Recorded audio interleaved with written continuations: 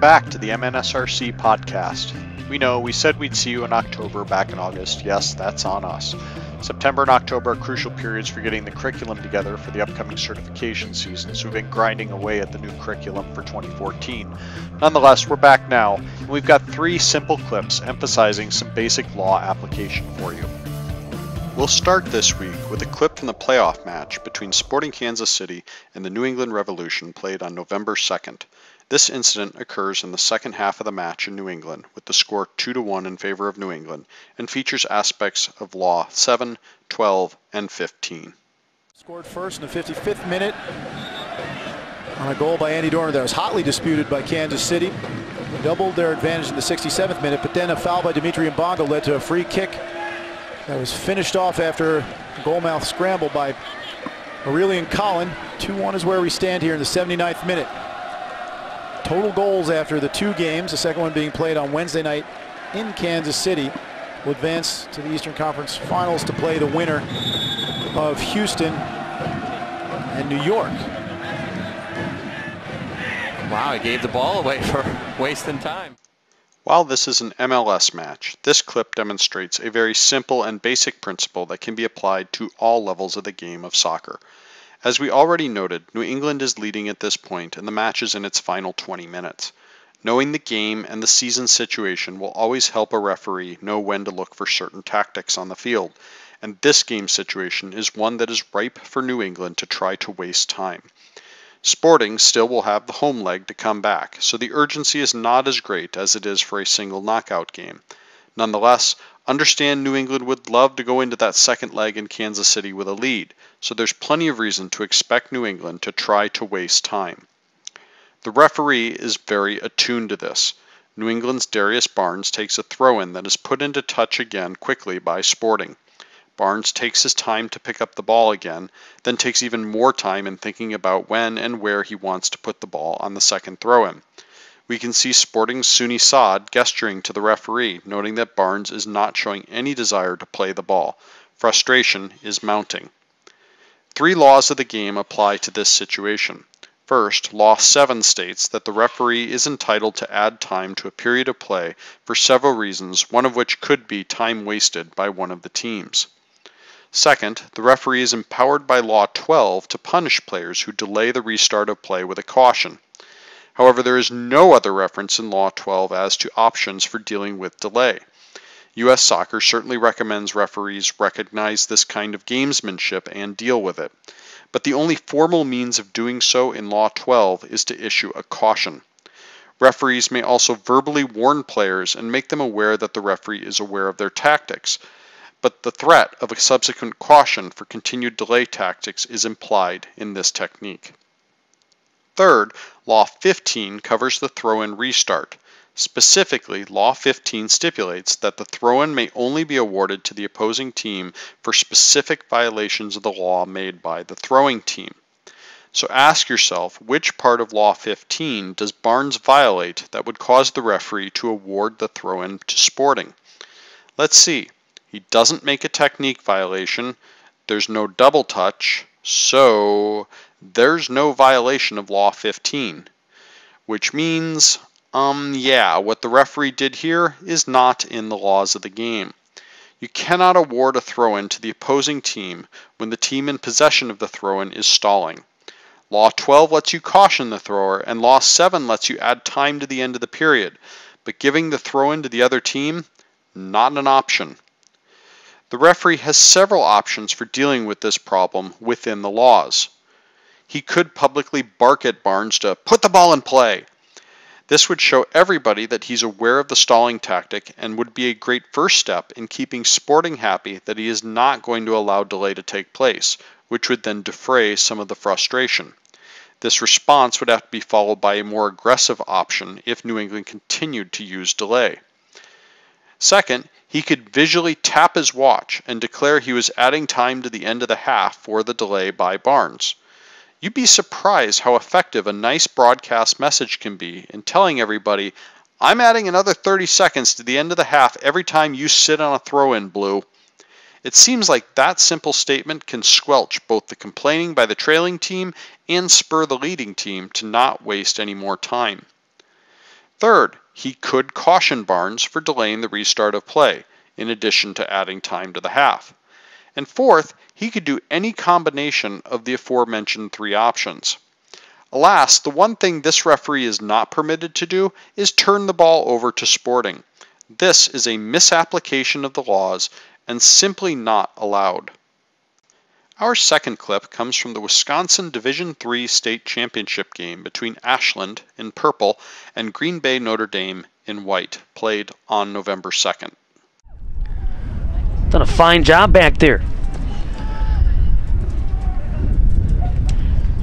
As Quinlan and Meyer give way to Thomas Whiting. So now the obstacle for the Tritons is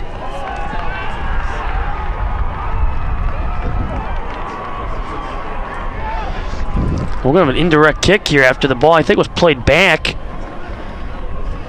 I looked away for a second and didn't see what happened. And Whiting picked it up. It's always such a tough call for a referee. You know, it's got to be an intentional playback. We have had a couple of head-scratching calls in this second half. This is one of those where Notre Dame is going to want to play the ball back to the 18. Now the five-man wall surrounding Whiting. Well, you see the strike that was taken by Meyer. This clip has numerous interesting elements to consider, from the initial call through the management of the restart. First, we have a poorly aimed pass from Notre Dame that goes through to the Ashland goalkeeper. The goalkeeper goes out looking like he's going to collect it. He puts his hands down, but then he decides to not actually pick the ball up. However, he's completely unpressured, and he clearly parries the ball with his hands. This is deliberate control with the hands, meaning that he has now possessed the ball with his hands. This is not a difficult to control shot or cross, it's a slowly rolling ball with no pressure from the other team. Moments later, he decides to pick the ball up. The referee immediately calls an indirect free kick for Notre Dame against the Ashland goalkeeper for touching the ball with his hands after having released it into play. This is one of the more rare Law 12 infractions you will ever see nowadays, on par with that 6 seconds call we saw in the Women's Olympic Tournament 2 summers ago. However, this video is a textbook case of the infraction, and this is the correct call. What we would like you to consider is that there might be preventative refereeing techniques available that can help you avoid having to make this call. Namely, when Notre Dame retreats initially and things settle down, oftentimes you can see the goalkeeper get, quote, that look on his or her face that shows that he or she is oblivious to the possibility of an impending infraction. I can't really identify the specific facial features or body language, but I can tell you that this goalkeeper has the look. He is oblivious to the fact that he has made picking the ball up into an infraction. The referee, in order to avoid the discomfort of an indirect free kick inside the penalty area, can choose to audibly warn the keeper, "No hands," or "Don't pick it up." Now, we're sure a lot of you out there are going to offer a counter argument and say, well, referees shouldn't interfere like that. Our crack editing team looked at this clip and considered the drawbacks to a public verbal warning.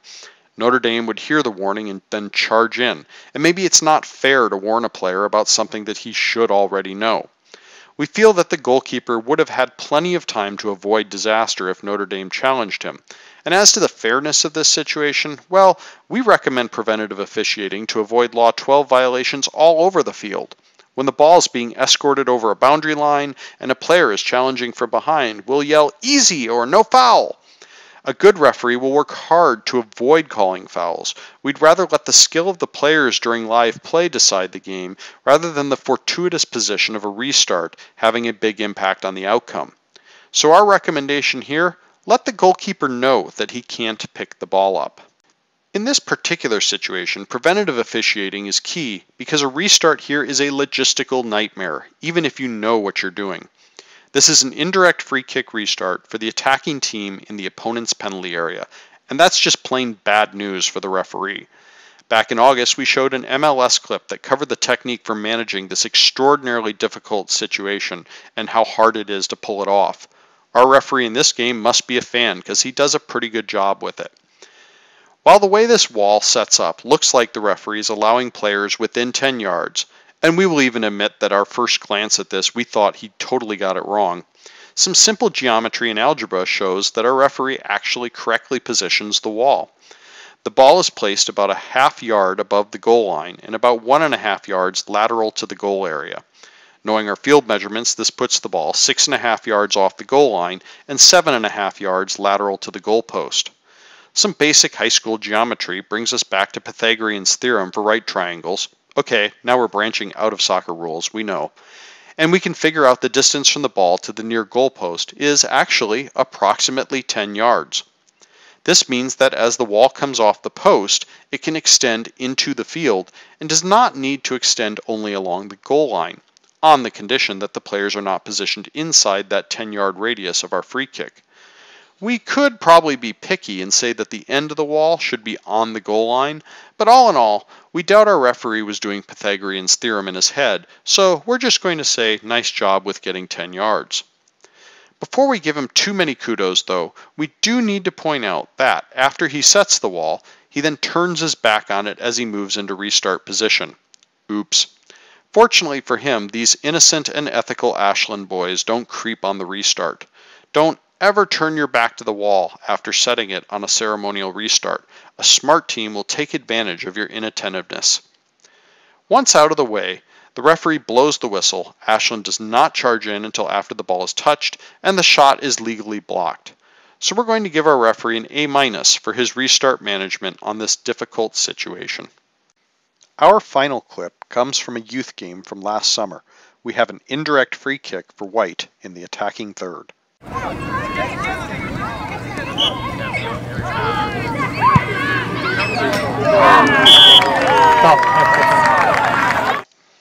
At first glance, this looks like a perfectly acceptable situation, but let's pull some specifics from U.S. Soccer's Advice to Referees, Section 13.5 on free kicks. Quote, "The ball is in play, meaning able to be played by an attacker other than the kicker or by an opponent when it has been kicked and moved. The distance to be moved is minimal, and the kick need only be a touch of the ball with the foot in a kicking motion or being dragged with the top or the bottom of the foot. Simply tapping the top of the ball with the foot or stepping on the ball are not sufficient." This clip is from a U10 game. The goal of the attacker in this clip is to simply step on top of the ball, which, as we just pointed out, is not putting the ball into play. Because of the player being so young and less skilled, the attempt to do this is a bit clumsy, and as a result the ball rolls a slight distance after being touched. This does therefore put the ball into play. However, please consider the only reason that the ball entered play here is due to the lack of coordination of the player. This is not what the player intended to do with that touch. We show this clip because we want you to understand that had the player succeeded in simply tapping the ball on its top and not moving it, the ball would not have legally entered play. The subsequent shot would have put the ball into play, but because it entered the goal directly and because this is an indirect free kick, the goal could not have been counted. Play would have to be restarted with a goal kick.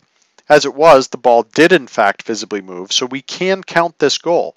But keep in mind that stepping on the ball, a popularly used tactic on indirect free kicks to provide the first touch, in fact does not put the ball into play. If the ball does not visibly move, a subsequent goal cannot be counted. We will grant that applying such a decision in this situation is going to cause some angst. That's because most coaches and players are completely unaware that stepping on top of a ball on a free kick does not put it into play. What's worse, a lot of referees don't know that this doesn't put the ball into play either. So we see goals scored like all this all the time and nobody says boo. If you get yelled at for enforcing this correctly, refer them to the Advice to Referees online. Your SDI, the rest of the State Referee Committee, and U.S. Soccer will have your back. We have to mention one other aspect of this clip. You'll note that as the ball flies in on the shot, a white attacker is standing in front of the goalkeeper and jumps to try to get a touch on the ball. The attacker is in an offside position at the taking of the kick, and by standing in front of the goalkeeper, impedes his view of the incoming shot. This is interfering with an opponent, and offside would normally be called even though the ball was legally put into play with a first touch here.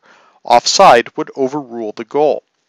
In this particular instance, however, the goal counts because this is a U10 game. In MYSA, there is no offside in U10 and below. We merely mentioned that at any level above U10, the assistant referee should stand at attention with the flag at his or her side instead of running up the touchline to signal a good goal. This would cause the referee to come over and consult, at which time the assistant would indicate that an attacker was in offside position and appeared to interfere with the vision of the goalkeeper. The final decision would lie with the referee to decide if he felt the attacker did in fact obstruct the goalkeeper's view. The assistant would not raise the flag for offside unless the offside attacker actually touched the ball during its path to the goal. Those are our clips for December. We'll be back after the new year with more good stuff.